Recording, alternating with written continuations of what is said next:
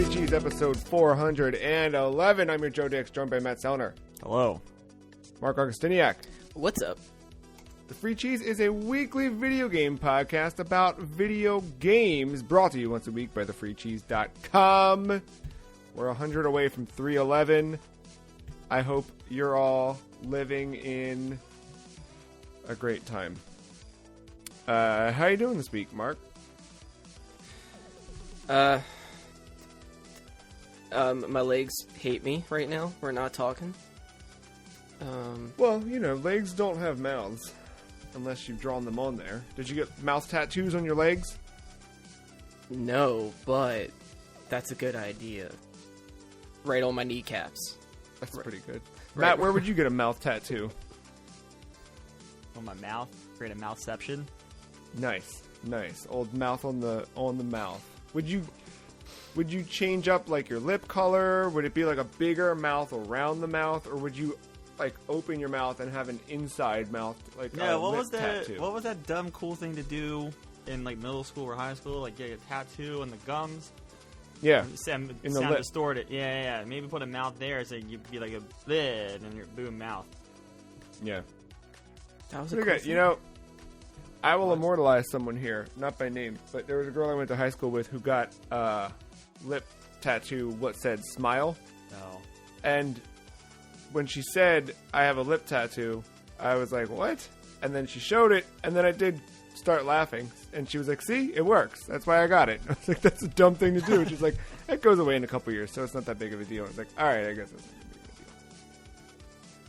But, you know, maybe she got it touched up. Who knows? Maybe she's still out there smiling, making people Maybe smile. now it's just damaged. It could be. It might. Nintendo is out here still making people smile 10 years later with Skyward Sword HD, as are some other developers still making us smile. But before we get to all of that, it's time to check in with our weekly recurring segment, Game of the Year. This week, looking back over our last 5 years of Game of the Year, top 5 winners, we're talking about 2016's The Last Guardian. This was barely made it onto the list, and I don't mean because of the quality of the game. I mean because I don't think anyone expected it to release in 2016. This game was long in development. I remember first hearing people had seen it being played in 2009. This was 11 years after its predecessor was it released.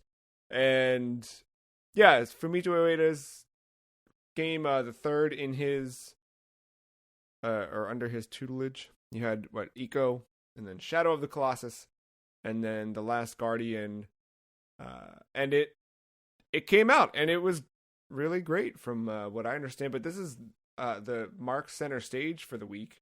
So, Marc, take it away. Where or tell us about The Last Guardian, where it stands for you in the history of video games. Before that, was I the only one that played it? Yeah, that sounds right. I think so. When we recorded that year, Dash was with us, and I believe Dash had played it. Okay. I can't remember. If Dash had not played it then, he definitely did play it at some point. That's a Dash game for sure. But yeah, I think you and Dash were the two. Yeah. I haven't played it since then. I don't think it's a game that needs to be replayed, personally, but that doesn't take away my, any good feelings I have towards it or whatever. It still left a good impression in my mind.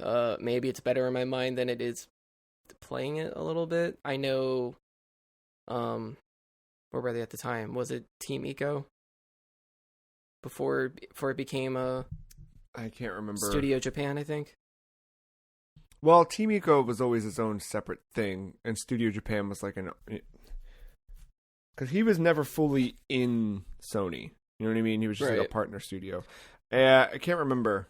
Well, throughout the games that Ueda has been involved with all his projects, it's usually like a hit or miss with a lot of people when it comes to like control and gameplay, because they have their own unique feel with them, for lack of a better term. They have like a weird like there's like an odd stiff but yet looseness at the same time, and like I guess depending on the context, like it can work. I guess Shadow did pretty well for most people, even though like they had an odd control mechanic to learn at first, you know, like between navigating and climbing and whatever. Yeah, it seems like all their games are based on having like companions of some sort, some form of camaraderie. And Last Guardian for me, I think it's definitely one of the more impactful ones for me. I just love the idea of just having like a big cat bird dog thing. And just it's coming from like a place of fear to love all in one experience. I liked it. I didn't have really too much issue with it. I loved getting to learn the stiff controls kind of, and just learning how that thing works. I think the story definitely excels further than the gameplay. For the most part. Yeah, not much else to it, I think. So the year it released, we put it at number 2 on our list of top 5, just below Doom. Where do you think it falls on our overall list of game of the year? Probably somewhere near the bottom. So near the bottom, our bottom 3 are Fire Emblem Three Houses, Celeste, and Super Mario Odyssey. Do we think it's above Mario Odyssey?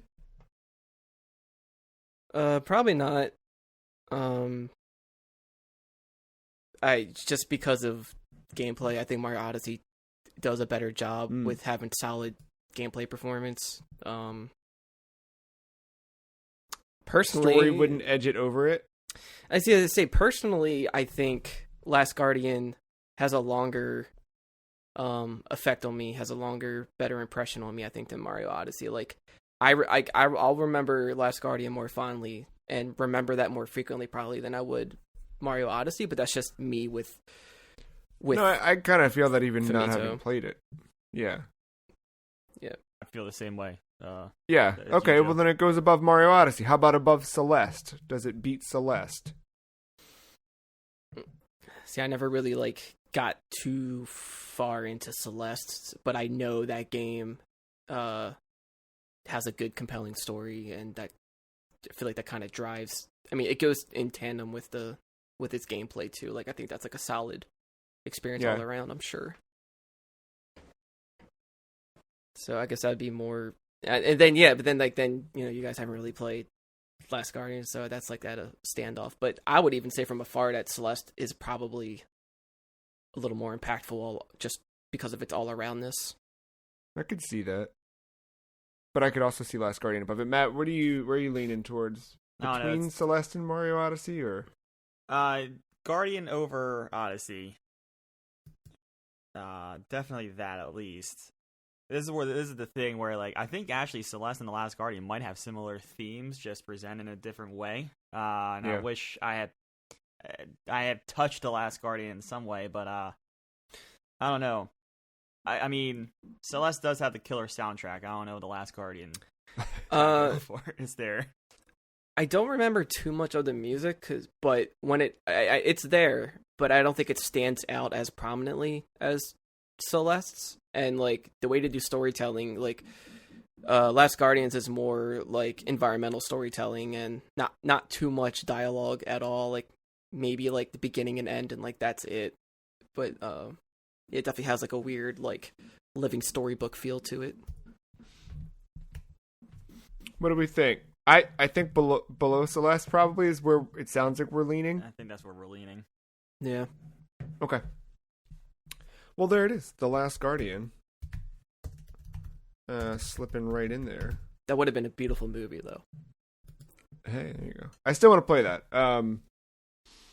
One day. So there's that. We still have our... Marc, you still have got a wild card, correct? Yes.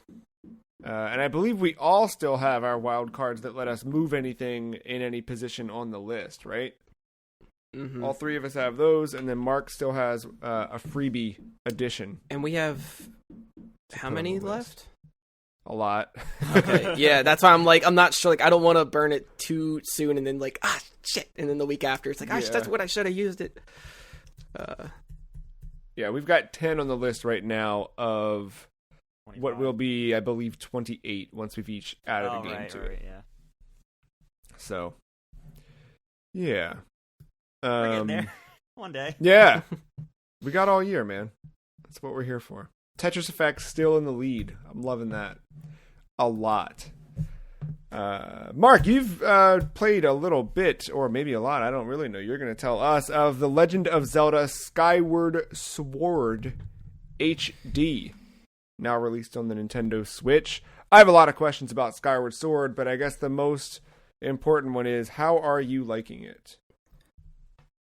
It's a little weird. In a post Breath of the Wild world, I think had Breath of the Wild not existed yet, maybe this wouldn't be. I think it would be a teeny bit more tolerable than probably what it is. It's weird. I was trying everything. Like, I was trying both ways of playing and see what I prefer, and like they each have their pros and cons, so it's really hard to like really pick one. You're referring specifically to the controls, right? Like they've got the motion control, and now they've added button controls. Yes. Which, to quote Al Numa, I don't believe we can ever go back to traditional controls. Well. Yeah, so, I mean, frame rate looks nice. The visuals, while the character models look nice, the scenery, I know it's like, it was going for a, like, odd-looking, like, painting-type feeling. Everything's just, like, blotchy and very colorful and smudgy, so, like, whenever you pause it, you don't even have to pause it, but at any moment, it just kind of looks like a painting in the background. You know, that's just Nintendo's way of being creative while having limited graphical I remember quality. that being, like, that worked really well, at least in the presentation on the Wii. How does that hold up on the Switch? Yeah. I mean, I personally don't care, but I could see people making a stink about it. It's just kind of, I don't know. It doesn't really stand out. Everything just kind of blurs together a little too much with textures and whatnot. Like, it almost, because of how we are now with technology, it kind of looks like a phone game, like, stretched out or something. Like, you can see too many blemishes now, when before, like, the Wii wasn't in HD. So, and I don't think we had many flat screens as we do now. So I think if it was still playing on, like, a CRT or something, it might look a little more impressive. Like, that could hide some of the textures or whatever and make things blend a little better. But yeah, do not play this game for the visuals, I guess. Yeah, no. But the gameplay is it's definitely the most interesting part. So I started with a Pro controller, and moving around is fine. Relearning the controls of, like, sprinting and like everything just uses stamina. Like, even swinging your sword uses stamina. I'm glad that isn't a thing anymore. That's probably the worst thing, but I get it. Originally in the Wii, you couldn't rotate the camera, from what I remember. Now you can, but in order to do that with a Pro controller or any controller, button mode, you have to hold an L and then use the right stick to rotate. Otherwise, just the right stick is your sword. Right. And the sword play with that, it works for the most part. I feel like a slight delay with it. So, like, it's just a little weird because, like, as soon as you flick it, you do the movement, and it does feel good for the most part. But when you do, like, the more advanced techniques, say you want to do like a vertical flip or like a spin attack. The flip, you have to do I forget which direction is first, but it's 3 directions. So it'd be like up, down, up, and then you would do a flip. Or if you want to do spin attack, you have to do left, right, left. And See, I feel like spin, I would want to rotate the. And you normally right. would. With any other game, it would be, while you're using A for the sword, you would, rotate in a circle, and that makes more sense. Yeah. So, like, that gets a little strange, and it's like trying to time that while like fighting on the fly or if you're like in a panic is a little weird.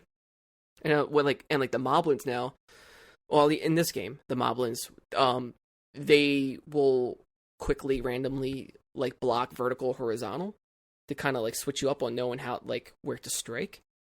And that worked so well on the Wii because you're already in that motion.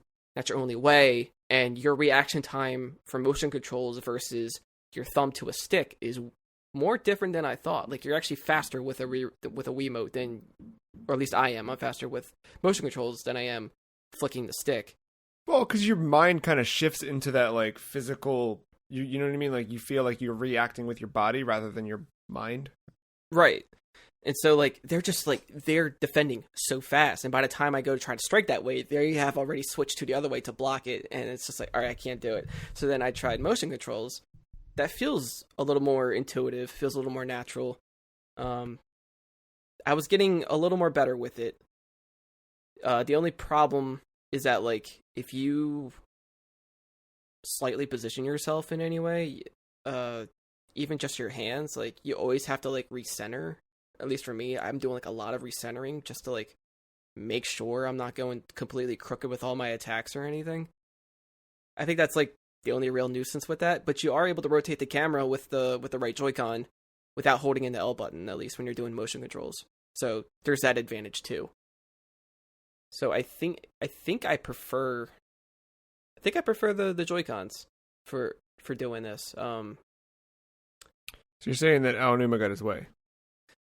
For this game, yeah, probably.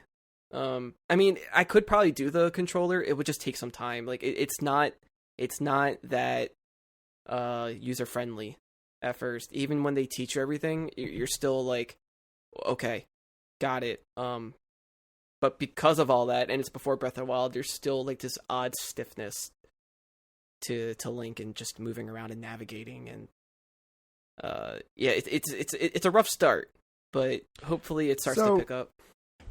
The thing for me that, because I've played, I think, half of Skyward Sword on Wii, and the thing for me that always stood out was like the pacing of the game. It was very slow. Mm-hmm. Even before Breath of the Wild, it was just a slow video game, and a lot of the stuff that like made me not want to continue playing were the constant, or what seemed like constant in my memory, the kind of like stopping to tell you what to do next, or over explanation.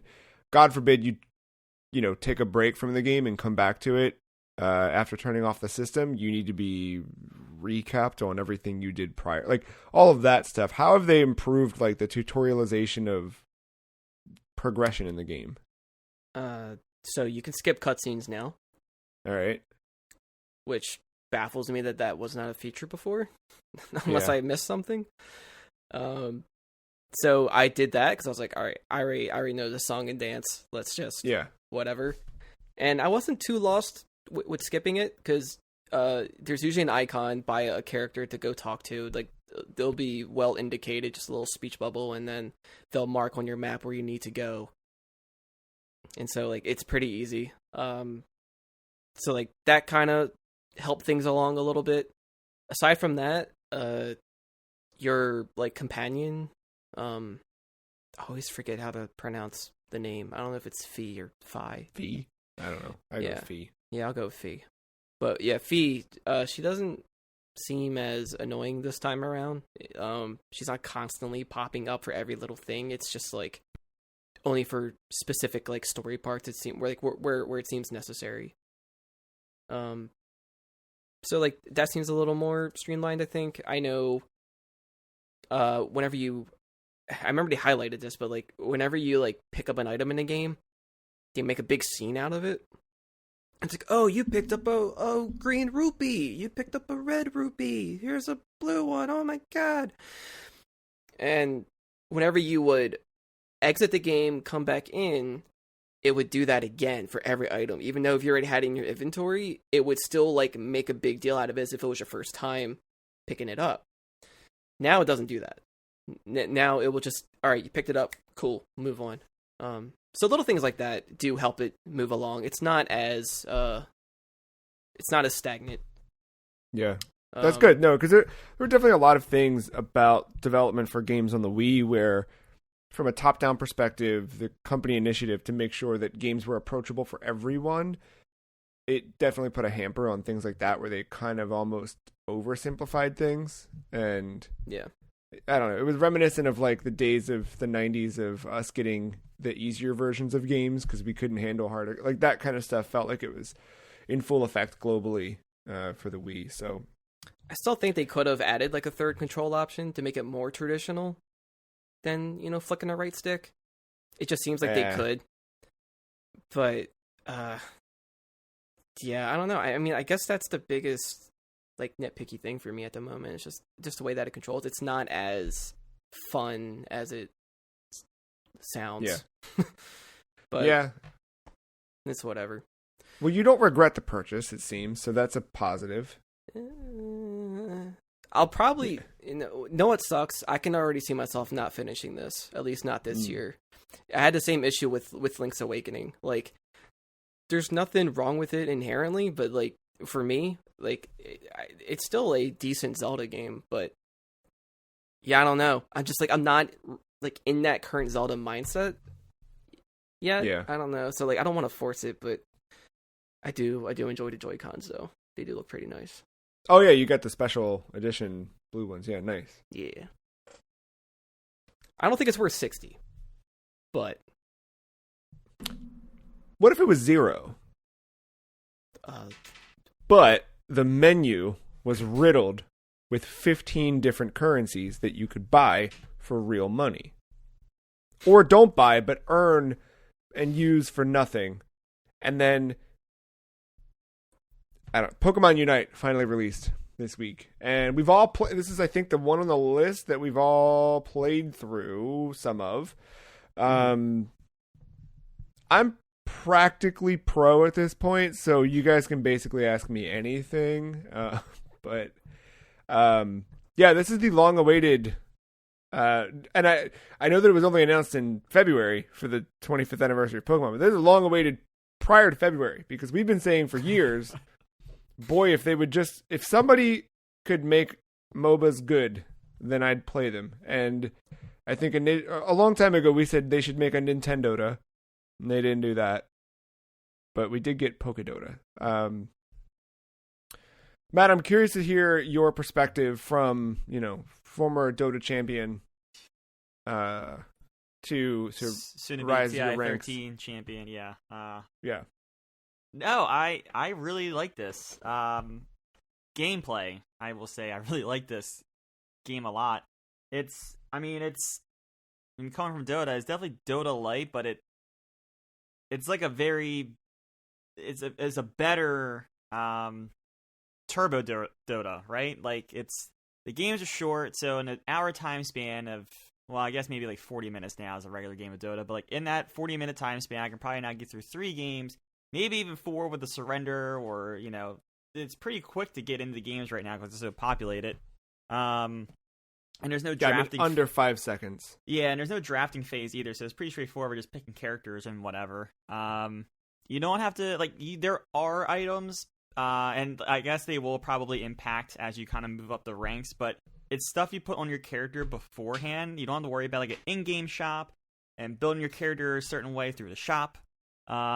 The leveling of your character is pretty straightforward. Dota, so much of the leveling, one, that gives you the abilities, much like this game gives you the choice of the 2 abilities and then another ranking as you level up your character. But you don't have to worry about the items to go along with your build or anything like that. You just kind of pick the 3 core items that probably can help out your build that you aim for. You keep a usable or a refreshing item like a potion or like an X attack to give you a boost in attack speed or attack damage, and then it's straightforward. It isn't, you can make it not as straightforward as you want, but for the most part, it's pretty straightforward and easy to learn. But because of the Dota Lite thing that Dota does, I'm not going to say well, but it has, if you want to go down that road, is like all these different graphs of what happened, like post-match recaps to kind of see all this stuff. And there's so much fine detail that Dota goes into, like about last hitting creeps, when to pull camps to create bigger things for your carries. Like some of the tutorial stuff does go into that. And here, because I think they want to keep it kind of light, at least for the main core audience, I don't know some of the more advanced things that I know from Dota that I would like to know here to kind of like, maybe it's not going to totally change my strategy, but it might definitely refine a couple moves that I might do in the early game or mid game or whatever. But there's stuff that we've learned through playing, though. Like, we've noticed that, like, you know, or I don't know, I've gotten accustomed to how I want to play, and like, depending on the character I play too, like I want to level quickly pretty early on. And often I've been playing Gengar in the latter part of my playtime, so I'm the only one usually running mid.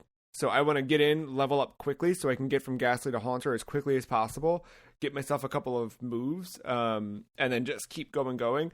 But we found out firsthand that, like, if you can get Zapdos, which in this game, I don't know the League equivalent or the Heroes of the Storm equivalent, but the Dota equivalent is Roshan. Sorry, I wanted to call it Roshdos because that's what we've been calling it. But yeah, it's the Roshan equivalent, right? Where Zapdos appears in the middle of the map, and if your team can take it, you not only get 50 points for your team, but all of the enemy goals. Because this game, it's also like you're not attacking a thing. A tower, you are kind of collecting these Aeon balls, which are like glowy Pokeballs, and then you are, you're banking them. Michael Jordan dunking into the goal there. So when you clear a Zapdos, it's 50 points for your team, and all of those goals are unlocked, or they're not guarded. You can walk up, hit X, and just dunk. Where typically you'd have to hold X, wait for a charge meter to go before you can dunk in, and that can be interrupted. But then there's a risk reward with that as well. It's like this is one of those advanced things, right? Like you can bank 5 Pokeballs pretty quickly before someone can attack you. But when you have 20, that's when you have to wait for that meter, and you probably want to wait till that lane is cleared out, or you defeat a couple Pokemon before banking. So yeah, no, I like the gameplay change from regular Dota. I appreciate its quickness. I still think the Zapdos fight is too important right now.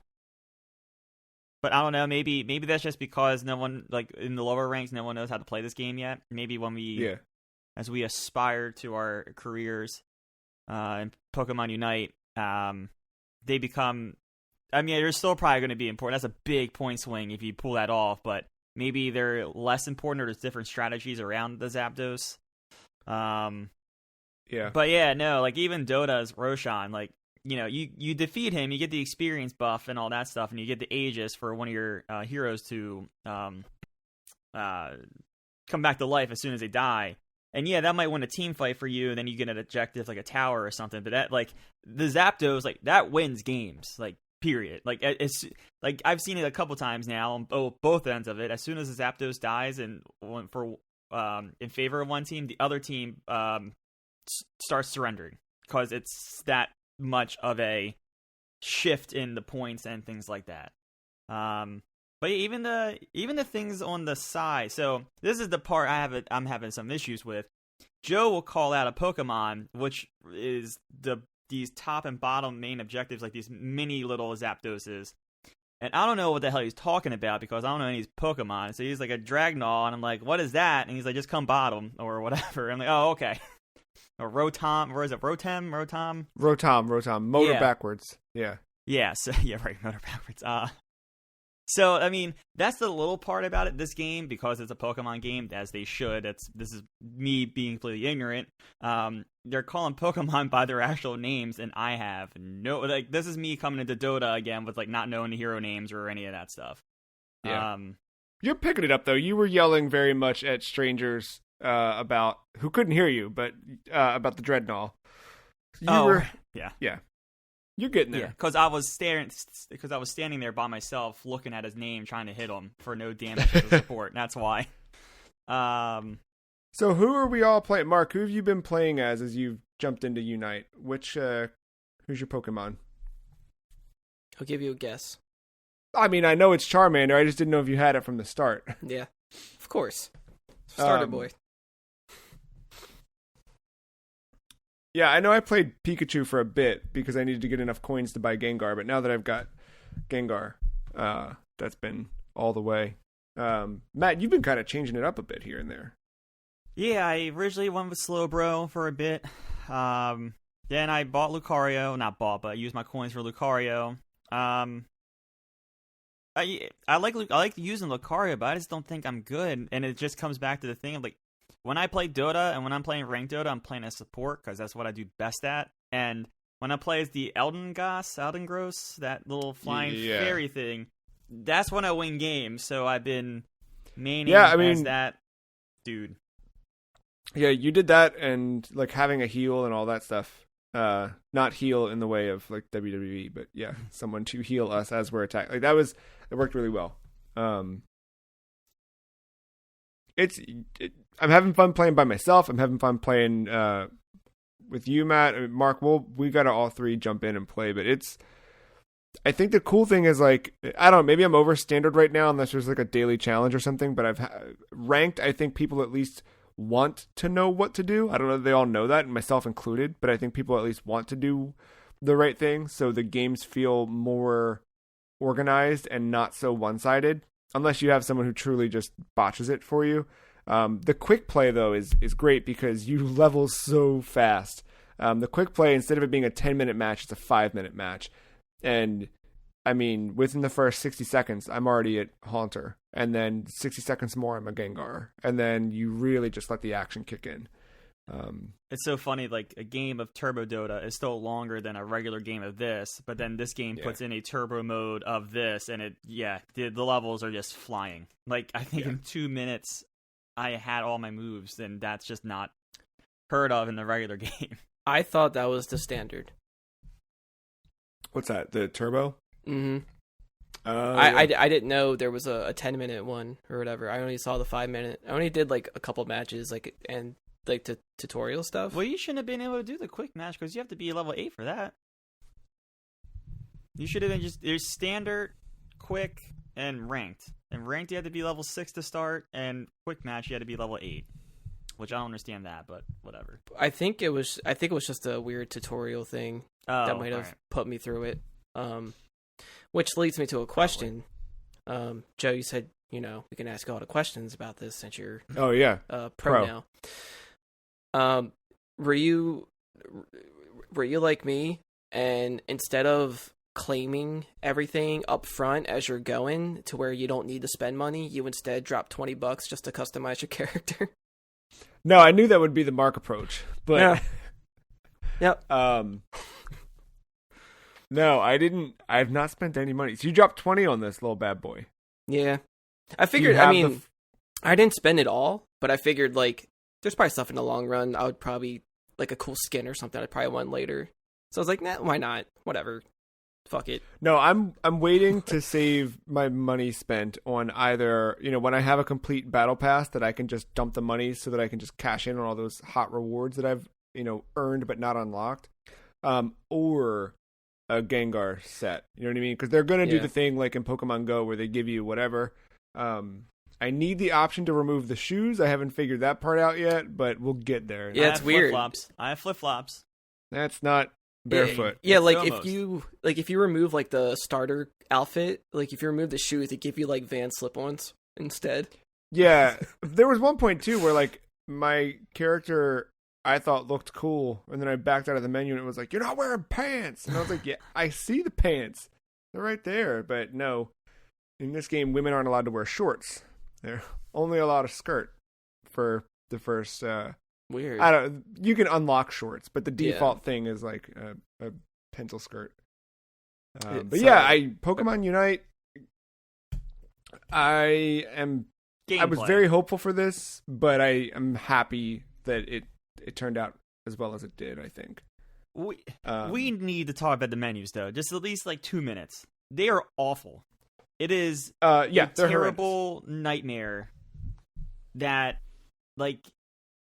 it's bad. You got the battle pass, you got the challenges, you got the trainer level, you got the fair play coin, you got the gumball machine.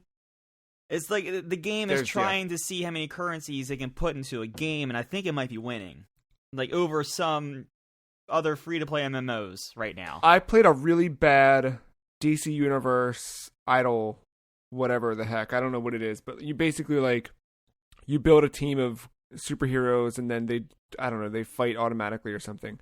And that one had, I think, 5 different currencies, where it was here, you need these blue lightning bolts to turn on this machine, you need these green gems to do this, but red gems will let you do this, but the yellow, there's all this crap. This outdoes that in terms of whatever. And it's not even released on mobile yet. It's only on Switch. Yeah, I was going to say, the thing is, there's a dock with things. Mm. Yeah. Then there is, those things go to more submenus. Then you can hit X, and that brings up another submenu. And then you pull R, that's your trainer level thing. That's not the battle pass. Those are completely different things. But then you pull L, and it's another menu with options. Yeah, it's how many different things do you need? Yeah, the bottom part I'm not a fan of. No. And that kind of brings me to my next point. Why can't you put all the advanced things that I want in one of these fucking menus? Because there's enough of them. You have the room. This is, at the end of the day, this is, developed by a mobile-first company, which, I did learn this morning. I did not play since then, but I did learn this morning. It might be worth to go through the settings, the default settings for some of the stuff as far as auto attacking. There's some things you can toggle that are really nice.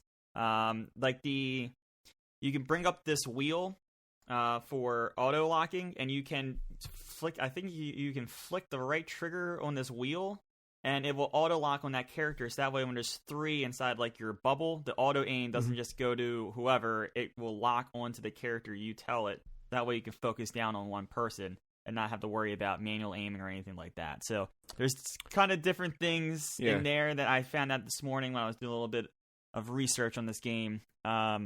That it might be worth. I think it's cool. Worth a run through the settings, because there's a lot. There's actually a lot in those settings that they're buried somewhere.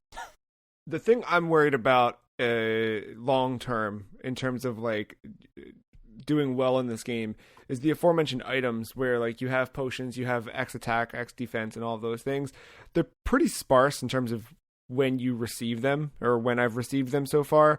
And I fear that long term, to be actually competent or competitive in this game, you need those things, and they're going to end up costing real money to obtain. The other part of that is the items that are just I think they're called the held items, the 3 that you put in there, they level, and that's a currency. And I think when you get to the high end stuff, you're going to have people that have paid money that leveled those items all the way up.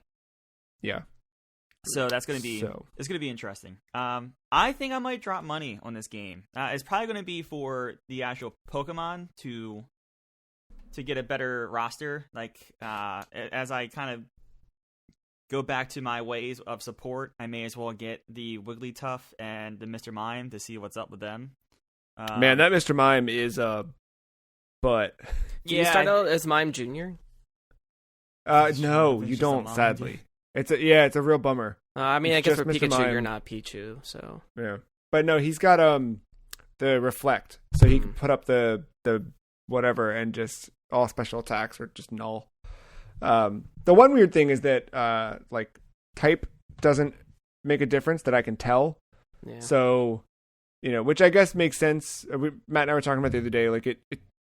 Be a balance. They kind of had to pick a lane with that. It would have been way too complicated if you're stacking actual Pokemon effectiveness. Or they could have done that and then not done what they did do. But I think what they did do in terms of support and whatever works really well. I think you would need a much larger roster if you want to do the type advantage. Because there's only 2 Leaf Pokemon, and then that's the other thing. What types do you do? Do you do Fire, Water, leaf, because then you're forgetting the fairy. Like there's a whole dragon. You're forgetting all kinds of stuff. So I think they did the appropriate thing, and it's much more psychic would approachable. Be OP. But even though like I know they didn't, I still was trying to do a move with Haunter that I thought was going to change someone to Ghost type and then make my Ghost type attacks more effective, and it wasn't working like that. It was just making Gengar run away. So I forgot how huge Haunter is. Yeah, it's ridiculous. But yeah, I really like it. It's fun to be back into Pokemon. Yeah, I like this. By the way, I saw cards in Target. Oh. Lots of them. A ton of them. Yeah. Rare sighting. Like 25th anniversary edition stuff, big boxes, all sorts of fun stuff. So get them now. Speaking of RPGs, I started Yakuza Like a Dragon this week. Nice. More on other things I've been playing later, but I had been on the cusp of, I think last week I mentioned, grabbing one of the From Software games, but I was waiting eternally for a sale to hit Xbox, and then I told myself, you know what? It's not going to happen. I'm just going to dive into Yakuza because it's on Game Pass. So it's there. I've been wanting to play it. I've got no excuse now. And I did. So I'm in like chapter 3 now. So I've caught up to the present day because the game starts in 2001. Well, right on New Year's Eve 2000 into 2001. And then there's an 18-year difference in time. And I'm now in the current times where Ichi is trying to get used to this new way of living. And so quickly, this game was familiar for anyone who's played a Yakuza game. Like, the way you move through Kamurocho, I mean, I don't know. It's difficult to describe without calling it just another Yakuza game, but it feels so much like that until you get into the battle system. And then it's, immediately not the Virtual Fighter-esque combat that you're used to, but it is a Dragon Quest style thing. It's very different, but I like it, and I don't know if I like it more than the beat 'em up style. The one thing I appreciate is that playing on a modern console, and a game I think that is maybe not designed to take advantage of this, but at least is taking advantage of it just by happenstance. The way that you go into battles, it all happens very quickly, kind of Chrono Trigger-esque. Where I feel like the older games, it would take it a second to load into that. So like that transition from street to combat was kind of like, okay, now I'm in. Where this is kind of like, bop, bop, bop, combat. It's very quick, very whatever. Yeah, I mean, Matt played this earlier this year, late last year. So late last year. There's not a ton more I can say that Matt hasn't already said, but I really am having a good time with it so far. I like the characters. I like that I'm like waiting for familiar faces to pop up, and so far there's some familiar things about it, but it's not like Kiryu's popped up yet, or even Majima in my experience yet. But yeah, I like it a lot. I like it a lot. And speaking of Sega, Mark, you have jumped back into Streets of Rage 4. Yes. And everyone there's new should. DLC, it seems like a crossover with Resident Evil, if I understand correctly. Oh. Every time I see them advertised, like the Mr. X DLC, I'm like, they put him in? Oh. Yeah. Oh my god, the DLC is so good. It has no right being that good. I didn't realize how much they were doing with it. I've only been doing like the survival mode stuff, where I think it changes every week. Like they have curated levels that you would jump through, so it's always what to expect every time you go through it. Or you can just do a random mode and it'll just throw you through whatever. But I've been doing the ones that are specifically for that week. And no matter what mode you play, whether it's story or whatever, or this, every character gets experience and levels up. And once they reach, they have 5 squares to fill for the main characters. All the bonus characters you unlock, which are, the previous games, like sprites or whatever. They might have 2 or 3. But for each block you fill, you unlock a new move for your character. And then before you start any mode, you can swap any of your attacks with these new ones. So you can fully customize how your character fights. And you can find new ways to chain combos together and stuff. It's really cool. And they have like a training mode, with each character, and you can learn all their tricks of the trade and how to do some chain some small little combos together and stuff. Or you can do it freehand and whatever, mess around with however you wanted to. But I've been doing that almost, not daily, but it's been pretty frequent how much I've been just going back into that. And then I went back into story mode. I only beat it on easy before, but this time I went and beat it on normal. And the whole time, even survival, I've been playing as one of the new characters they added to the game, Shiva, which is an old boss from the older games. But yeah, I remember, yeah, he kind of looks like Liu Kang. But yeah, he's great. Like, you can double tap forward to do he does like a slide across the screen like Mega Man X style. And then he has a lot of air combos, so when you knock someone in the air, you can mash the button a couple times and kick them across the screen, or if you hold down while doing it in the air, he'll elbow drop him down. And it was just so cool playing as him. That's all I've been waiting for this entire time, so been having fun with that. Yeah, that I never beat it. I got to the final boss, and it's so tough. Yeah, we should do it. It's really fun. Yeah, it's crossplay, right? That's I've been playing it on Game Pass, but I paid for the DLC because that was the cheaper way to go about it. It's $6 or $7 or something, because they discounted through Game Pass as well. Yeah. So it was either that, or I think it was on sale on Steam. I'm not sure if it still is altogether, but I think you could get it all for $20 or something like that. Yeah, which I think it's worth it. That game was a lot of fun. Yeah, so well polished. I'm amazed. Yeah, and I'm happy they're still working on it, still doing stuff with it. That's such a weird release for me, because I remember it being announced, being super excited about it, seeing it, and the art style was a little oh, you guys are doing that. But then playing it, I think initially I was really disappointed with it, and then I went back to it, and I was oh no, there's something really good here. Yeah, it was hard for me to get into it at first because of the controls. I didn't realize each character played their own way. So it's oh, Cherry can run. I was yes, Axel can't. All right. But he's super strong, so that kind of makes up for it. But yeah, now everything just feels more fluid, and I don't know, it just clicks now for me. Yeah, I think I still have it installed on Xbox. If I don't, I will reinstall it, and we should give that a run.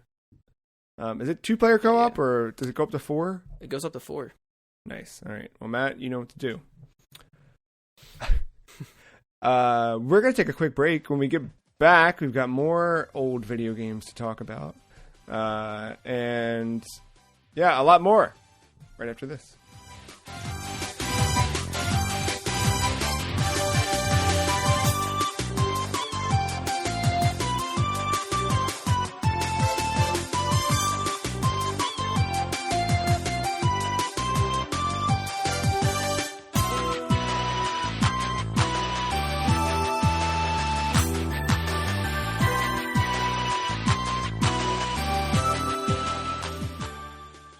The year is 1993, and I have just played Game of the Year. Castlevania Rondo of Blood for the PC Engine.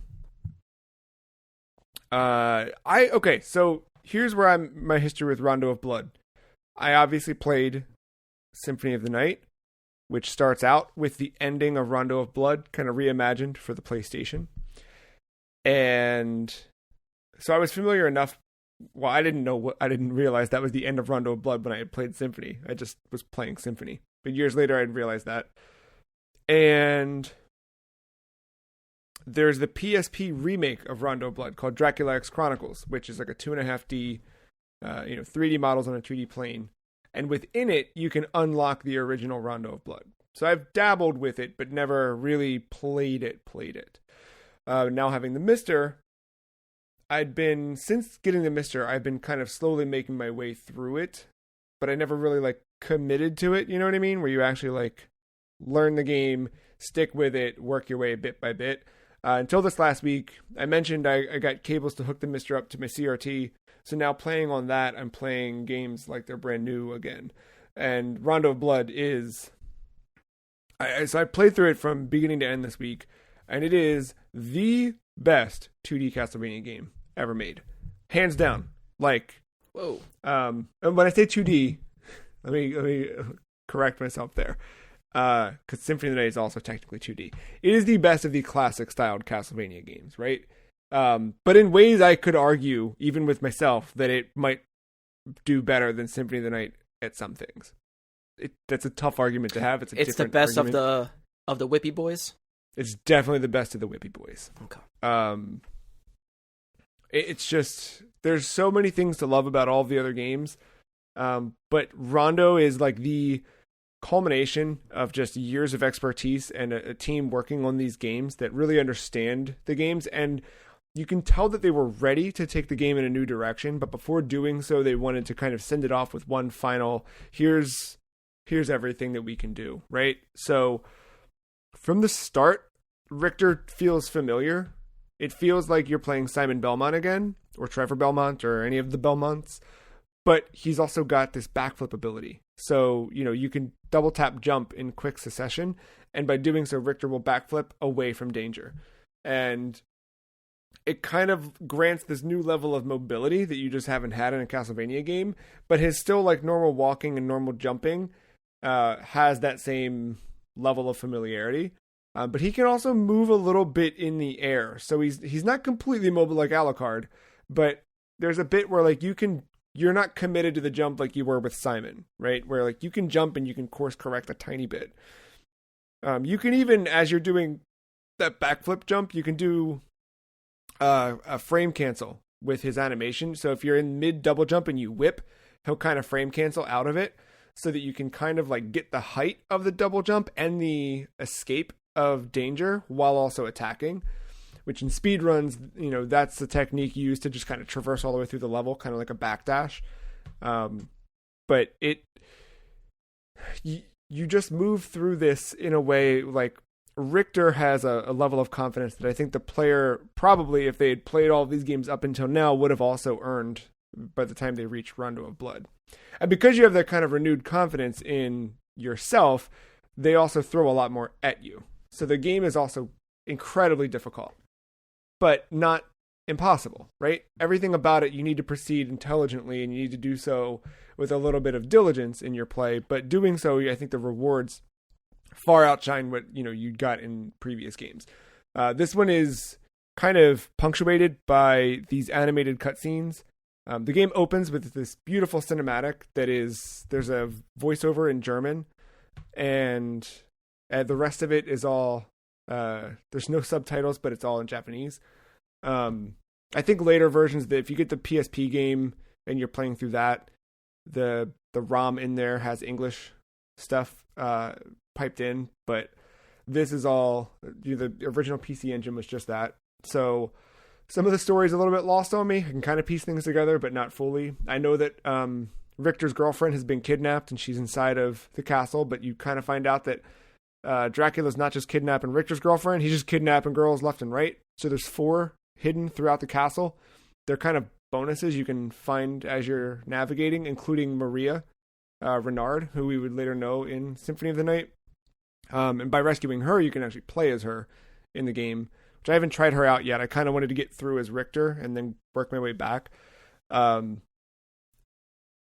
yeah, so as you're playing, right, like Dracula's Castle is not where the game fully, it starts off, you're in the countryside and he's kind of on a horse and carriage and racing toward Dracula's castle. And there's just like, there's such a through line with the rest of the games. And this is the game where there's always been this canon with Castlevania, but Rondo of Blood really like takes everything from what Castlevania had done at that point and tries to build a narrative for the game. So in this one, we see him being confronted by death as he's on his way to Dracula's castle. You kind of have a similar fight with death that you do Dracula at the beginning of Symphony of the Night, where it's a quick like 1-2 hit and he goes away and whatever. You don't arrive at the castle, but instead you arrive at the town of Veros, which is Richter's hometown, and for people who'd played games previously, it's one of the towns you work your way through in Simon's Quest. So immediately upon wandering through it, it looks familiar. You're like walking up the stairs and like all the buildings are there, except everything's burned down, and where the people once were, there's now skeletons wandering the streets. So Dracula's just kind of burned his way through the countryside in his reign of terror. It's not the... I mean, it is kind of the first, but it's not the last of the references you'll get to the rest of the series. Later on, when you fight Shaft, the Dark Priest, before fighting Shaft, he kind of fades away up into the sky, and in his place, he calls down the first 4 bosses from the original Castlevania. So you fight the Bat, you fight Medusa, you've just one after the other. They're all like reimagined and redone for this game, and you have to kind of beat them all in a quick boss rush before fighting Shaft. And it's just, there's a lot of that stuff and a lot of like care to the series history that I really appreciated. And I think that, you know, when Iga and company worked on Symphony of the Night, they did similar things with Symphony of the Night where they had a lot of callbacks to things, you know, the whole the inverted castle where you have to work your way through kind of in a similar fashion to Simon's Quest where you're finding the pieces of Dracula to put him back together to kill him once and for all. Like they did a lot of that there, but the roots of that all happened in Rondo of Blood. And it just... Again, like, I feel like terms like the masterclass of video game design and all that stuff get tossed around, but like this is really like, I don't know, it's Castlevania, it's the pinnacle of Castlevania. It is, I still think like the best classic Castlevania that I've played.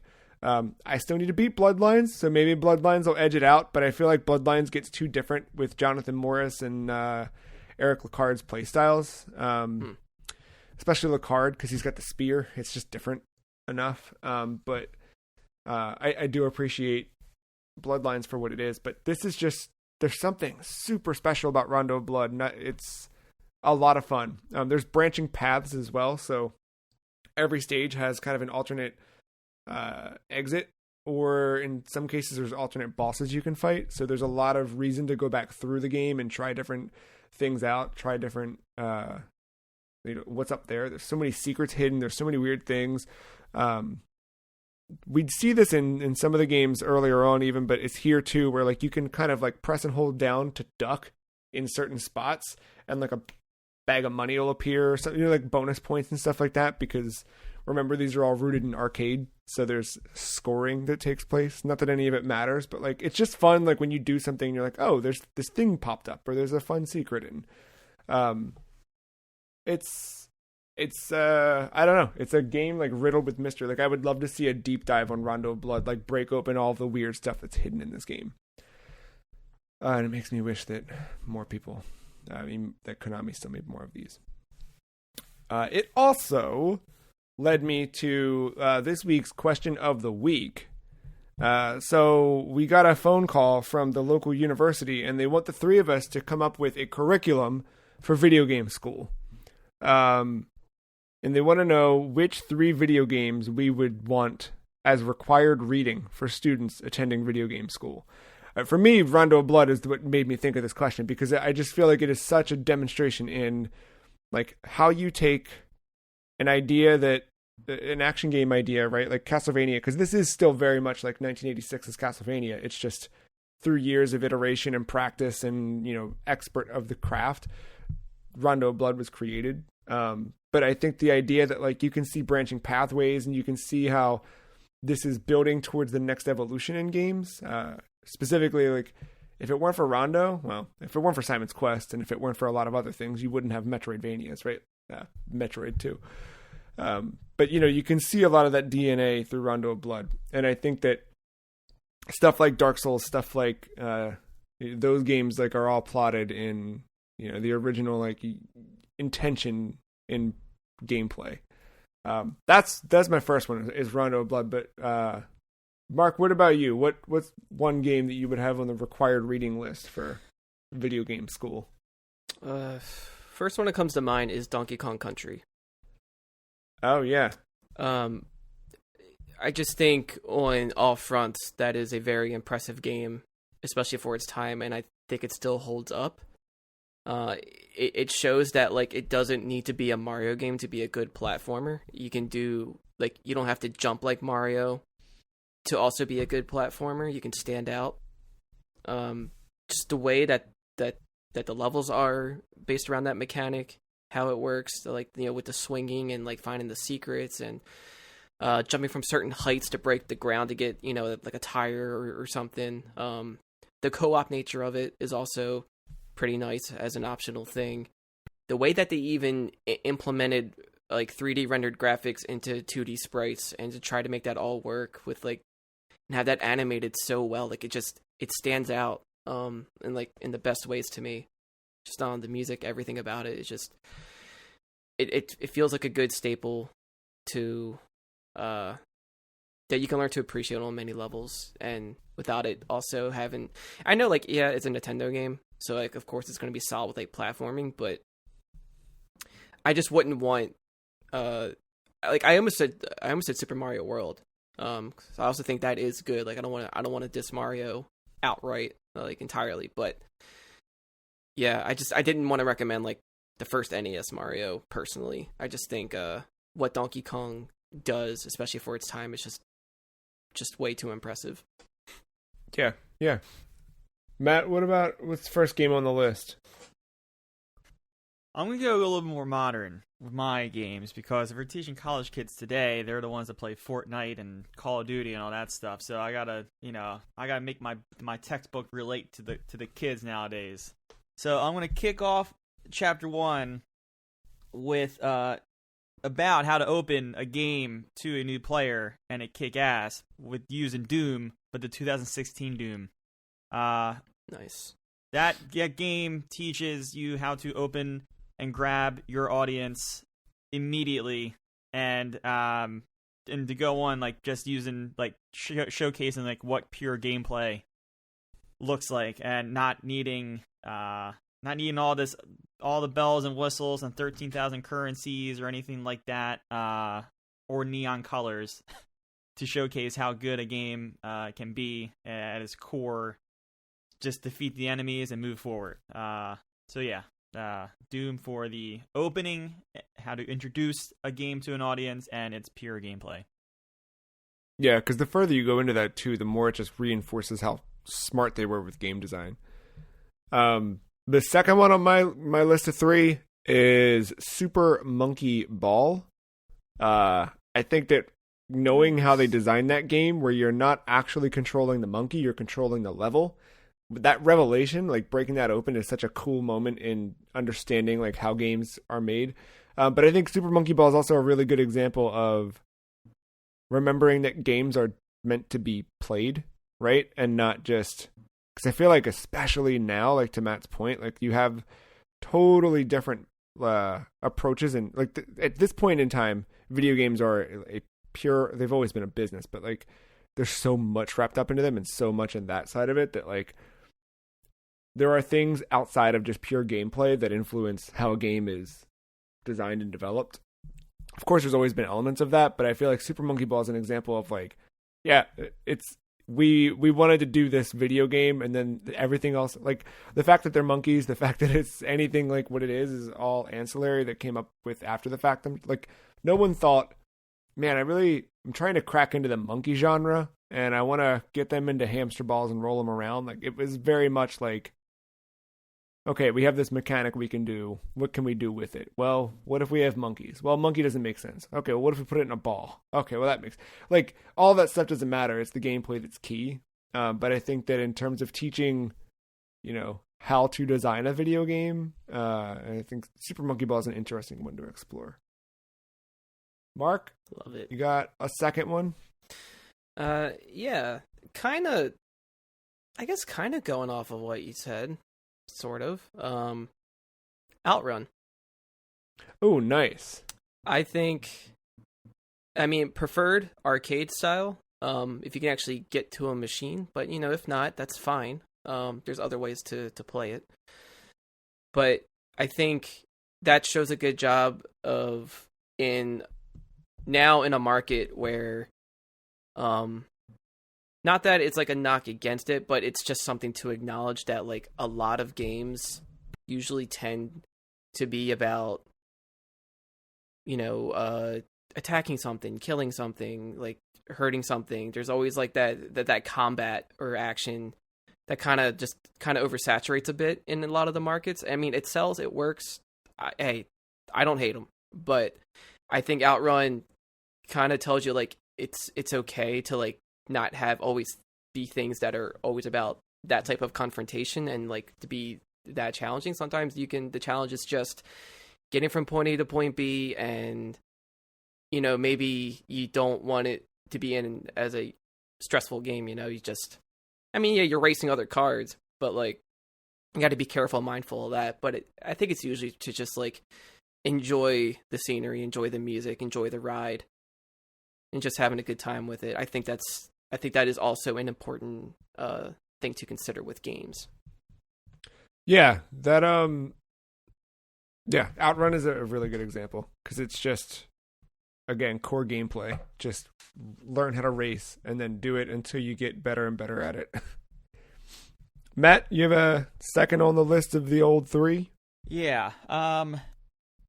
Now that we've in this textbook, now that we've gone through what pure gameplay looks like and how to best approach it, it's time to teach the player how to utilize that gameplay, but sometimes doing it without necessarily holding their hand the entire time, like many games do nowadays. And so I introduced you to a game called Dark Souls.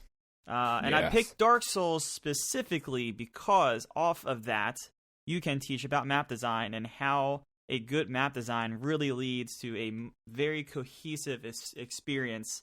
And you don't have many games now that make you remember a map like GTA 3, Vice City, like any of those. I think Dark Souls might be one of the last ones that kind of makes you do that and makes you appreciate a fast travel system. And in a way, Dark Souls, it does turn into a fast travel system, but it makes you earn it. And yeah, you appreciate the map design because you have to earn it. Yeah, the funny thing, that's the next thing we're about to talk about is Dark Souls, because I've been playing it this week, but I mentioned like the briefest little moment of something to Matt, and he was like, "Oh, you're right there." Like, Matt's played through the game, once? Well, you started to go through the second time, but even still, like... I'm at the final boss of Run 2. Yeah, so it's not like you've played this 15 times, but just playing it what you have, it's like you have this intricate knowledge of it. Final game on my list is, speaking of map design and exploration and to go back to the Donkey Kong Country, like just technical prowess, Echo the Dolphin. And I think an additional reason for Echo that's interesting is the core idea that founded that game's development was someone saying, could we make a game where you play as a dolphin? And then they did that. It was not, there wasn't a piece of tech that they came up with that they thought would be neat. It was literally like, what if we made a game where you just played as a dolphin? And then they tried it and figured it out, and then they did it, and then you got Echo. But you get this weird, creepy, at times, game about exploration and sometimes combat. And I don't think there's been anything like Echo ever since. It's just such a weird, strange game. And we've had weird, strange games, but Echo is just such a different, like it's so unique. It's I don't know, one-hit wonders too like negatively connotated, but in a way like it is a one-hit wonder in that kind of like it's such a product of its time, and I don't know that you could make something like that again, but it's a super intriguing project. Mark, what's the third game on our list of video game school games? I was going to first recommend A Link to the Past, only because of its accessibility, but I think Matt with Dark Souls kind of hits a lot of the same notes there. So I think that's fine. That's good enough for me. So I'm going to replace that with I'll let the person choose, but any WarioWare game. I would like them to see that, not there's a very small percentage of something that could be a bad idea for a game. I want them to see that, like, mostly anything is a good idea for a game, and it shouldn't shy away from it, no matter how wacky or, like, out of this world it is. I think it helps with creativity and helps with a way to also kind of do humor through art, if you can learn to appreciate on that level too. I just think it's important to have something like that in there. Yeah, no, that's a really good one. That exercise in, like, anything can be fun. Yeah. You just need to figure out a way to gamify it. That's really good. Matt, what is the final game on our semester of video games? Yeah, so in my textbook, now that we know how gameplay is crucial and a little bit of world design and stuff like that, how do we incorporate more modern aspects of storytelling into gameplay? And so many games do this probably better than the game I'm about to say. Like Journey, The Last of Us, there's many different ways of doing. Ori and the Blind Forest is another example I was thinking of. So many different games do storytelling in a great way. But I think this is that moment where in film school where you kind of have to go and watch Citizen Kane because it's the greatest movie ever or whatever. I think you got to do one of those things. Not saying this is the Citizen Kane of storytelling, but this is probably one of the pillars for modern storytelling. Metal Gear Solid. That game, All right. I mean, remember the power of the PS1 at this point, but that game pushed boundaries for storytelling. It has a crazy, wacky, big twist at the end. That, it incorporates some of the past games, the regular Metal Gear games, but you don't need that as a crutch. But yeah, no, and I think that's where you can see how a video game is allowed to be maybe even more weird than a 2-hour film or a season of television. Because Hideo Kojima does whatever the hell he wants to do. So I think that is a good place to get the creative juices going. Then you blend in with your experience. Now, I mean, look, even Fortnite does some weird, dumb narrative to tie everything together. Combining all your experiences, then you can go and make a great game. That's a good one. Yeah, I mean, so many things from that, like, he was the first one, I think, to, like, commercially do the film thing in a video game, but now, I mean, so many have chased that dream. Yeah. Well, welcome to Video Game School. It's our pleasure to teach you, and maybe this is one we revisit again. Find some other things. Maybe we'll do it by, like, platform. Here's the NES semester. That'd be a fun one. I've gone back to Video Game School this week as I've entered Dark Souls Remastered, courtesy of Matthew. This is a surprise midweek as I was like hours away from probably pulling the trigger on the PS3 version of Demon Souls when my inbox arrived a gift of Dark Souls Remastered. And boy, it feels good to be in there. And I think Rondo of Blood perfectly prepared me for Dark Souls because it was enough of that, like, whoops, I shouldn't have done that. Or, you got to be careful in Rondo the same way you do in Dark Souls. Like, every action has a consequence. There's a risk reward of, should I swing? Should I block? Should I roll? Should I run?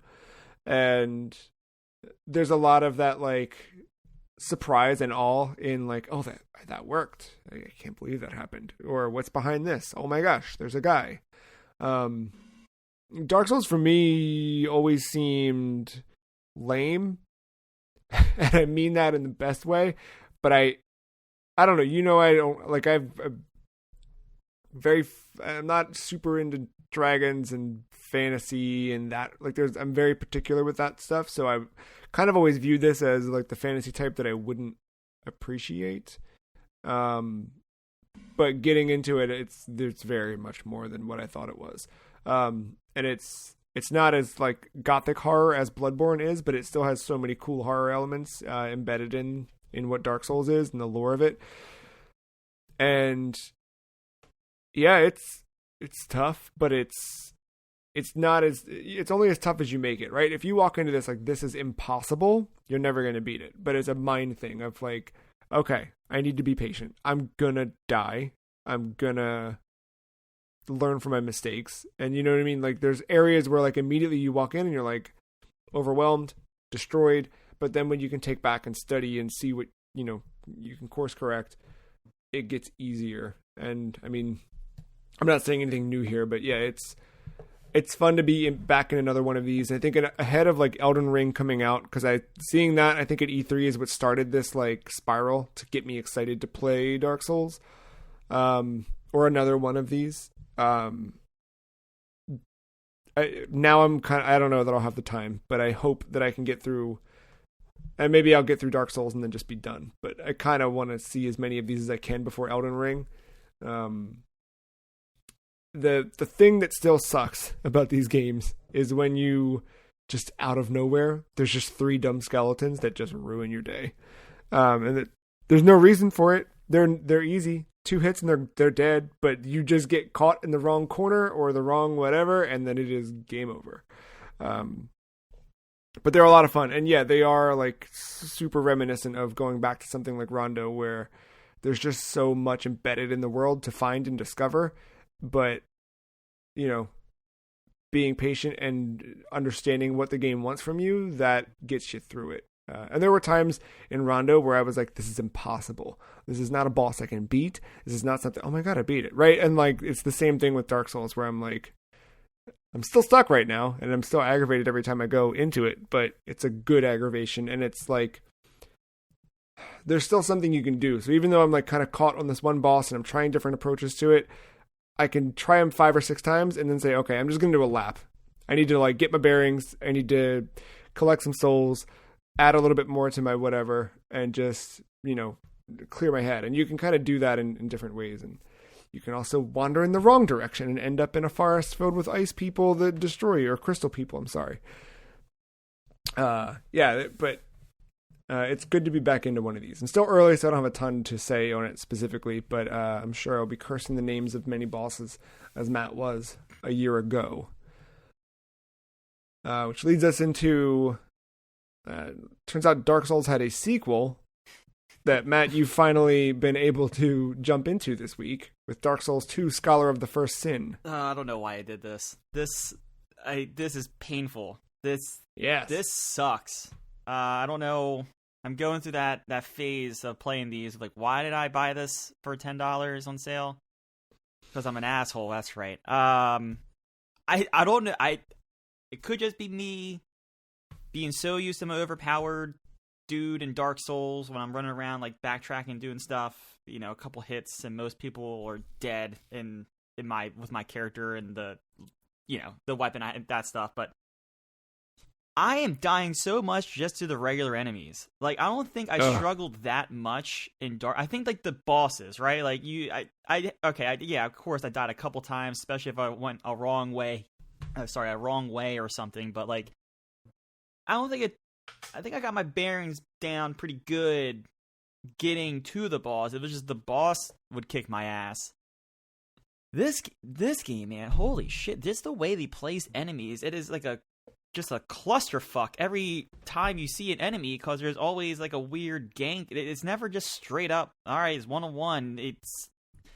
It's like you go and you start engaging, and all of a sudden you get hit in the back with an arrow, and it's like, fuck. It's like it just sucks. And I feel like every single enemy encounter I've come across has had some kind of element like that, at least 80% of it. So I don't know, it's not, I don't think it's cheap. It just, I don't remember the beginning of Dark Souls 1 quite being this tough. But I don't know. I'm an asshole. I did the same exact thing I preached all about in Dark Souls 1 about going the wrong way. Did that again in Dark Souls 2, so good to know that that's still a thing. Didn't do it for nearly as long. I quickly realized, because of my experience the first time in Dark Souls, that there's probably another way. And there is, so I'm glad I figured that out sooner rather than later. And yeah, I beat the first boss. It took a couple tries. I'm ashamed of that, to be completely honest.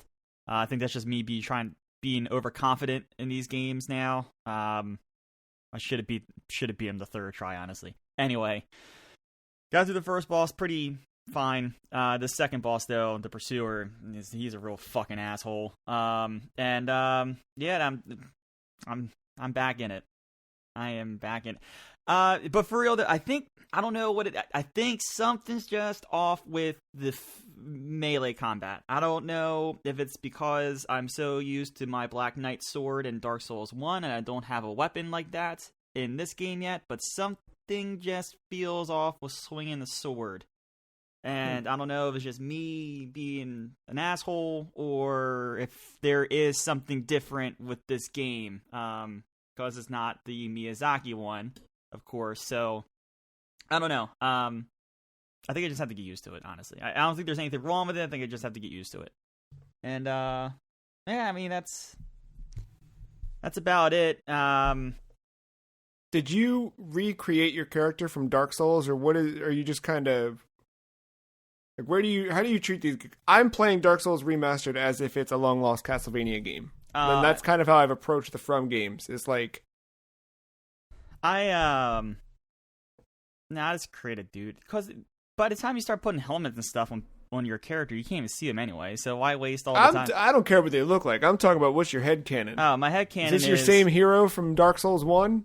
My headcanon is there's this asshole who bought a game for $10 just to try to prove a point to society. And that's my headcanon in any of these games. Besides a dumb second run through to test out PlayStation Now or make a Bloodborne dude blue or something. Oh, yeah. I was about to say, part of the reason why, Joe, I can't remember now all of a sudden. I don't know why I can't. In Dark Souls 1, when you're hollowed, you have your full health bar, right? Yeah. All right. So in this game, you don't. It's back to half, just like Demon Souls. The fun part about Demon Souls, though, you get a ring fairly early that gives you 75% instead of 50%. No ring like that in Dark Souls 2. So I'm at 50. So like literally like 2 hits and I'm dead. Also, Estus Flask. You don't start with 5, or 10 with the kindled one at Fire Shrine, Fire Shrine Link. Or in the 5 wherever else you light a bonfire till you kindle it. But nope, you start with 0, and then you get 1, and then 2. I'm currently at 2 hits of an Estus Flask before I'm all out. So I think the combination of me always playing Hollowed and not wanting to use humanity to become human form, and not having an Estus Flask. Having to use it's one of the currency-based ones. It's the one finite use called a life gem. Those two things. I think that is also making us very tough as well, because it's like 1 hit then I'm dead, and also like I don't have many heals when I do get away to heal back up. So is there a world presence thing in that one or in Dark Souls like there is in Demon Souls, where like if you die as human, things get bad or whatever? I think they got away from that in those games. What's the point of me not being hollow? Like, why should I not become human? You would miss out. There's a couple. I don't think it's going to impact your experience at all. I think if you're an asshole and went for the platinum, there's a couple spots you won't want to be human for an optional boss. But yeah, no, there's really no reason why. I think you have to be human. No, I don't even think you have to. I think you can call people in hollow. I think you can invade and call people in hollow and like summon people in. But like being hollow actually kind of helps in a way, because people can't invade your world. And then there's these optional NPC. They look like invaders. Those types of bosses that you won't see in a hollowed form either. But in Dark Souls 2, though, you were playing the game just like in Demon Souls, half life and almost no Estus Flask, so that's fun. Yeah, well, I'm gonna keep going on that. I'm curious to see how our experiences mirror or diverge from one another. And Mark, you've been playing not Dark Souls, not Dark Souls 2, but Dusk. Dusk is that's the Doomish kinda. Mm-hmm. Tell me everything about Dusk. It's like not kind of. It's like pretty much full on. Okay, good. Yeah. So thanks to Matt, he gifted me this, and I was like, you know what? Yeah, it's about time to try it out. I never really played a New Blood game Like I guess you can count Faith, but I played that I think before that fell into that family. So, but yeah, as far as like a New Blood like first person shooter, this is my first, and it is very much a love letter to like classic Doom and Quake. But you know, it has its own world and enemies and whatever you're fighting. Like it's like a mix between, so far anyway, it's been like a mix between like cultists, like mages, and like demonic deer and some soldiers here and there. Still not quite sure with the story, but I'm not sure if that's really the point either. Your main weapon, or at least the one that you start out with, is these two like sickles, and you just go to town on everything until you pick up a weapon. Like, you know, obviously you get a pistol, but then you pick up another pistol, you'll get, you know, dualies. Same with I think they're single barrel shotguns. You can dual wield 2 of those. You do get a super shotgun, only one of those. Machine gun, grenade launcher, the crossbow. The crossbow is pretty cool because the arrows are like green and glowy, like they came out of like a Mortal Kombat projectile or something. But it shoots through all the enemies when you line it up. I still don't think I found every weapon, but so far it's been those. I got one secret weapon. It was a broadsword, and I thought I was like messing up how to use it, because like at sometimes it could charge up, but sometimes it wouldn't. I was like, what's happening? And I was like, oh, it clicked very quickly what they were being a reference to. It was a very Zelda thing. If you have full health, you can charge up the sword. It'll start glowing.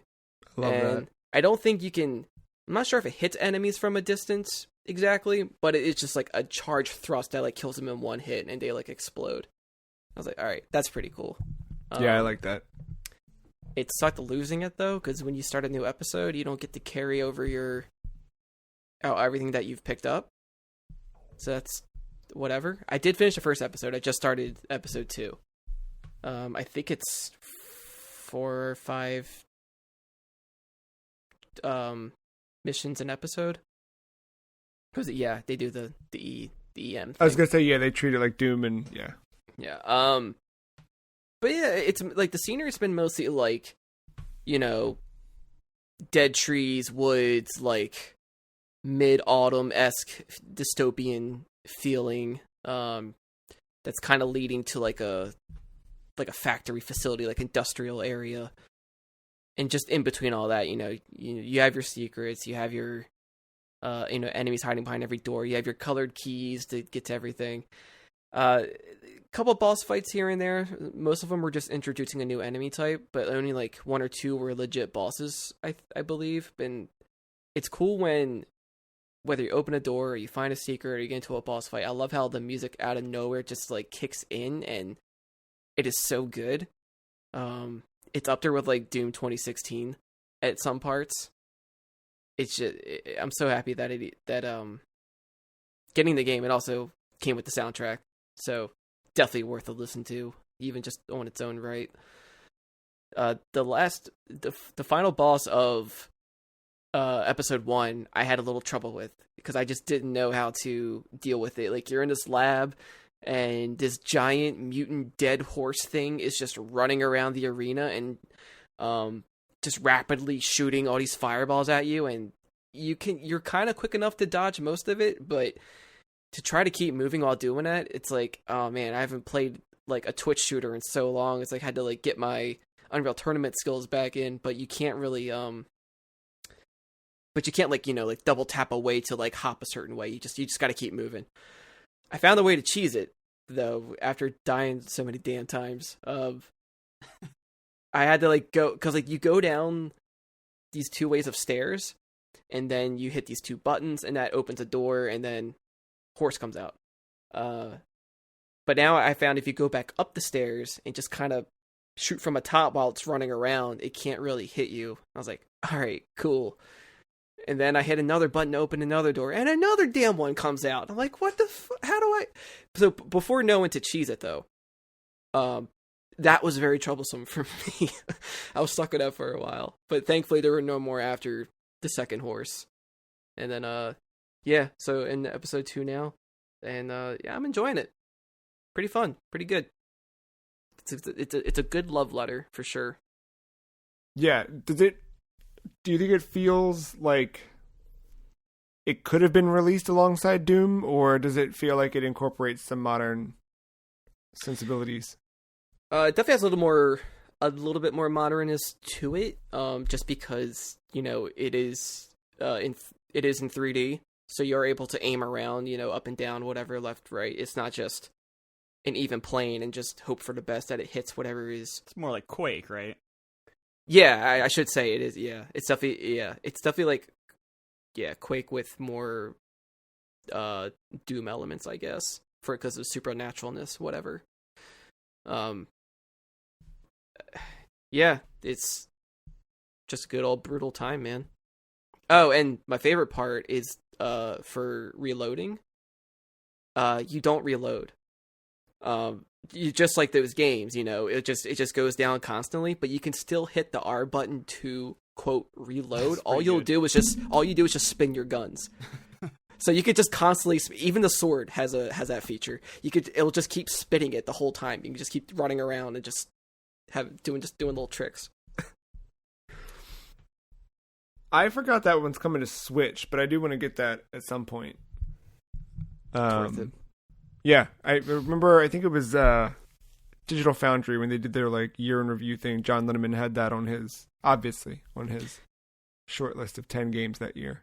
Yeah, the options and settings there's a lot there too to chew on. You can choose like your palettes and your visual style and really capture like it came out in the like mid 90s type feel. Nice. Yeah, I'm excited to try that eventually. We're also going to be trying out a new reason for Netflix to increase its prices shortly, as the company announced Wednesday its plans to add video games to the platform's library of streaming content. This came coupled with the announcement that they've hired Mike Verdu, previously of Electronic Arts and Facebook, who will be joining Netflix as Vice President of Game Development. Per a report on Bloomberg, a person familiar with the plans internally claims that video games could start arriving on the platform within the next year at currently no additional cost to consumers. How do you guys feel with this? We've got PlayStation Now, we've got xCloud, we've got Stadia. This seems like a no-brainer. They killed Blockbuster, and now they want to kill GameFly. I get it. Yeah, that's true. It's not that far-fetched. They technically like kind of been doing it already with like stuff like Minecraft Story Mode being out there, and yeah. So I mean, I could see kind of more stuff like that as well being there. I mean, I don't know if I would count Black Mirror Bandersnatch exactly, but nah. I mean, they are games in a way, but it's not the same thing as like, yeah, you know, streaming actual gameplay input. Yeah. They need to. No, that's not a invest game. In the tech. In my textbook, that is not a game. No, yeah, I mean, because Minecraft Story Mode was also not. I mean, that was a Telltale thing, right? Yeah. And it was like you're just making choices anyway, so you really don't need controls for that. But I could see them having like exclusive games that like tie in with their shows or something. Right? Oh my god, yeah. Like, I mean, like Stranger Things, we have like 2 or 3 of those games, I believe. Right. If they were just a button down, you know what I mean, where you could. Yeah, like I could see them coming to that. Like, who knows? They could port Castlevania games to that. I was gonna say, like, is this where the next Castlevania game happens? Is I have to stream it through my TV? I don't know if it'd be a new one. It'd probably be like a port. That just seems. If it is a new one, it probably wouldn't be. It'd probably be like not as great as a mainline one anyway. Like I can't imagine. Well, yeah, because you'd have to stream it. Yeah. So you'd try and jump, and then 15 seconds later, you'd see the character go flying into probably its death. Yeah, and like it'd probably be very versatile with controls too. So it's like I can see like if you were on a computer, you can use any controller you want probably, or like the appropriate controller per platform if you're doing it through a console, maybe a phone equivalent. Yeah, so like, well, I know that like. Go Go ahead. Oh, No, well, like in the Bandersnatch thing, I couldn't watch Bandersnatch on the Apple TV that I had. And it wasn't like the old Apple TV, it was the newer one, but I couldn't watch Bandersnatch on it. I had to watch it on an Xbox. I remember that. So I forgot there's about things that. like that where like I don't know how they'll approach that. And maybe it becomes a politics thing where Netflix doesn't want to offer it on Apple TV because Apple has its Apple Arcade, and maybe they don't want to offer, like there might be all that crap that starts getting in the way of it. You have games that are exclusive to Netflix, but also exclusive to the app on your Samsung TV because Samsung paid money for just. But that was gonna. All right, so I was actually gonna say the thing, but the opposite way. But like, so like, all right, so a Samsung TV, that remote control, like the controller, right? Like that is not an Xbox controller. Like, how the hell would you play a Rondo of Blood on that controller? So then, like, does that exclude them? And does Samsung get pissed that they're not getting the same service on their TV? So like, that's gonna get weird. I don't know. I completely forgot about Bandersnatch not being on Apple TV. But yeah, I don't know. I don't know how that's gonna work. I thought they said they were focused on mobile games first. I thought I saw that somewhere from a Wario tweet or something. I could see that would make sense. They do that so that it's low input, you know. Yeah, but I mean, after scale. Candy Crush though, and this works, they're going to want to expand. Yeah. Just like Crafton Incorporated, not to be confused with Kraft Macaroni and Cheese, have announced this week plans to partner with Adi Shankar to produce an animated series based on the world of PlayerUnknown's Battlegrounds. No additional details have been offered outside of quotes from both parties expressing their excitement, but the press release does go on to highlight other attempts to move PUBG into new mediums, including live-action short film, docu-series, and how Crafton Incorporated has made other investments into different Korean dramas and things like that. So we've seen Fortnite crossover with DC Comics. Now PUBG is moving into animation. What's next? There's a Dota cartoon, don't forget. I mean, we got stuff. What's the next big They should do a thing? Pokemon anime. You're onto something there. I don't know that it would work as well, but I mean, I'm cheating. I see your follow-up question here. That might have been my answer. Can we do some kind of weird Rocket League thing and have some weird lore about why there's only like balls in the audience and stuff? I want Rocket League to turn into some weird Splatoon lore. Also, a Splatoon cartoon would be rad. Dude, I think we've been saying that for a while. Yeah. Nickelodeon. If that Mario movie isn't awful, then hopefully Splatoon cartoon is next. Oh man, the Zelda series would have been cool, right? I mean, Link wouldn't have talked, so I don't know how cool it would have been. Not true. 80s cartoon, he talked. Oh, true. Right. He was a horn dog. True. Speaking of horn dogs, EA bringing stuff back from the dead this week. During its EA Play Live 2021, EA announced the return of Dead Space. This time developed by Motive, the new game will act as both a remake and reimagining of the original game, which will release on PlayStation 5, Xbox Series X and S, and PC. We don't know a ton about the game, but we know that there was a small, brief teaser that showed what looks like in-engine, at least, like a little tech demo of what we can expect it to look like. And it aims to modernize the original while maintaining elements of its core. I ask you two, is there another game from 2008 that you would like to see reimagined today? What the hell came out in 2008? I don't remember. That was your Grand Theft Auto 4. Oh, Grand Theft Auto Online to PlayStation 5. I would love to see that. Oh, you stay tuned. I got 5 games for you, Matt. All right. Yeah. Castlevania Judgment. Okay. Let's do that. Let's reimagine it. Modern fighting engine. Let's reimagine. I'm thinking remaster. Sorry, reimagine. Yeah. Mortal Kombat vs. DC Universe. Let's get it that MK11 thing. Of course. Huh? No, I said yes, of course. Yeah. Patapon 2. Let's get that modernized. Well, right? Jim Ryan's this big as wall. That's okay. Maybe the Patapon can take him down like one of the bosses in Patapon 2. Eternal Sonata. I never played this, But I haven't remember heard that it in a while. Yeah, I hadn't thought about that one in a long time, but it is an old JRPG that you like. I think what is it? The main character like can tap into Chopin's brain to. I think you fight with music or something. I don't know. Let's remaster that. Let's modernize that. Bring it into the future, and then finally, last but not least, let's reimagine this with the Ring Fit engine. Wii Fit. Let's bring it back. Whoa. Yeah. We'll get the Ring-Con in partnership with the thing, the Wii Fit board, balance board. They can finally release their other sensors too. Exactly. Vitality. I don't know. What do you guys think? Is there another 2008 game that we should bring back to life? Looking through the list, I got to bring up a list. There's two that stood out to me. Sonic Riders.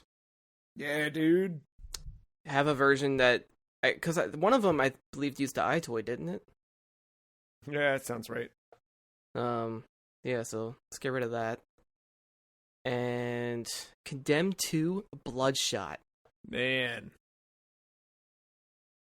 I never need to bring back Condemned.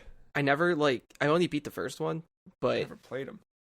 That one, the main enemies were seriously just homeless people, and a lot of them were in like mannequin armor.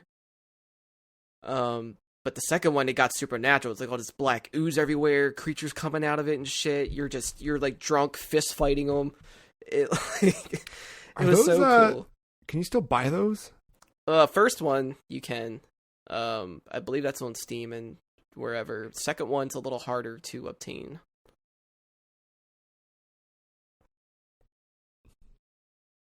Yeah. $20 Xbox right now. I'll wait for like when it's on sale. It's usually like $5. Yeah. Yeah, that's pretty good. We might get this eventually. Number one best-selling game on PSP evidently was Crisis Core Final Fantasy VII. Oh yeah, I think you're getting that kind of. Okay. That's gonna reimagine in mobile format. So. Yeah. Oh yeah. Right. Oh no, the way that Final Fantasy VII's going. The way that remake's going. It's true. You never know. What else? I mean, the sad part is like a lot of these games have gotten either sequels that have like, expanded upon the franchise, or have already gotten the remaster, which is wild. I know, dude. I saw like Mass Effect came out that year, and I'm like, yeah, it's already got. Yeah, like Ratchet and Clank game came out. Like, all right, cool. All right, well, let me ask you this: is there another horror franchise that should be revived the same way that Capcom has been able to revive Resident Evil? Is that a? Are you looking for the obvious answer, Mark? I don't know what you're talking about. What obvious answer? Is there another big horror franchise that's been dormant for a while by a prominent Japanese developer that could revive it? That almost Clock Tower. Wait, what'd you say? Clock Tower. Yeah, it's pretty good. No, Clock Tower would be good. I was gonna say that almost came back but didn't. Yeah. I mean, hey, Fatal Frame's coming back this year, right? It is. Yes. Maybe Siren. Yeah, you got the folks over at Bokeh doing something. I mean, I also said Condemned already, but yeah, it's true. Mm-hmm. Yep.